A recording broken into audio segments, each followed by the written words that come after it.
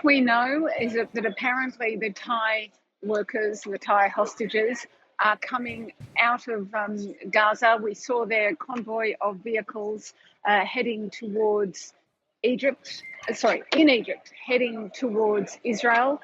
And we have heard from the Egyptians that they now have responsibility, as they put it, for all the hostages. They say they've examined the Israeli children and they seem to be not in poor condition, I think was how they put it, good enough to hand over to the Israelis without fear.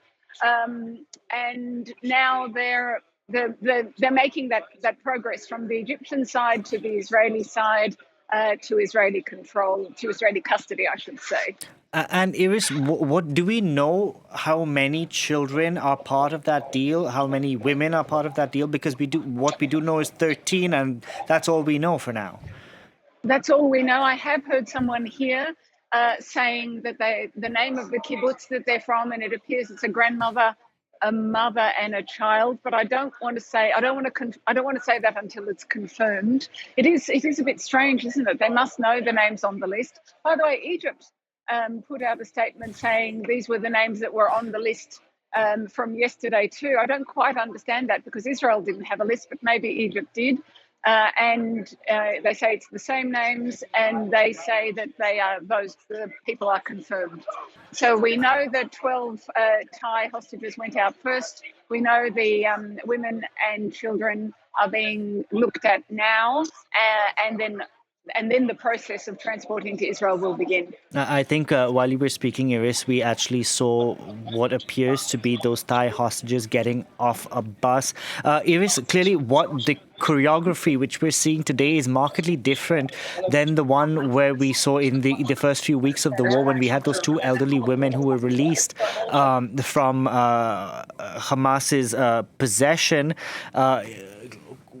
And it seems that Israeli officials really want to keep the media at bay, which is why you are where you are right now. That's right.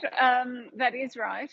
You know, there are hundreds of people hundreds of Israelis who are not related to this story, who have gone to the square where the hostages are because it's so moving for them and so important for them. And I think the Israeli fear is that people who've been under the ground for 49 days, and we don't know what conditions they were in, and even if their conditions were good, it's nevertheless very stressful. The amount of love pouring out to them from the Israeli public may actually be too much for them to handle. So they really want to look after their mental health as well as their physical health. Even the area in the hospital they're being taken to will be free of the general public and free of the media. So that's why I'm here to see what they will let us see, if you like. The first images as they come out. I can also see the buses that you're seeing behind me on the screens. So yes, it is a difference of I think they just feel they have to care for them more. I've been hearing psychologists talking this afternoon and saying it's very hard to know how to treat children in this circumstance. We don't know very much about children. Indeed, I too spoke to an expert who said we are really in uncharted territory here. Irris, thank you very much for that. Irris Makler reporting there for us from Tel Aviv.